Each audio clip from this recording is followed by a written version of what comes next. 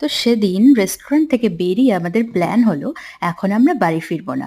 যেহেতু রোদটা রয়েছে তাই ভাবলাম একটু সমুদ্রের ধারে গিয়ে বসি। তো যেই না ভাবা সেই মতো কাজ।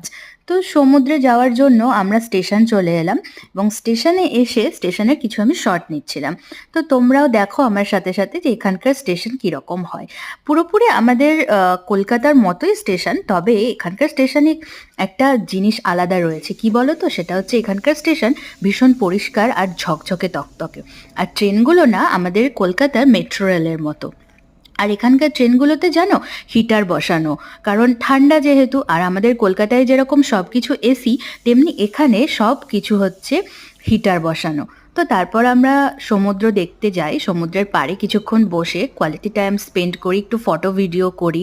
সমুদ্রটা জাস্ট এই স্টেশনের একদম অপোজিট ফুটেই। তো আমার নতুন ভিউয়ার্সদের জন্য বলে রাখি, এই জায়গাটা হচ্ছে ইউরোপের একটি দেশ নরওয়ের একটি ছোট্ট শহর স্ট্যাভাঙ্গার। তো বাকি কথা পরবর্তী ভিডিওতে হবে।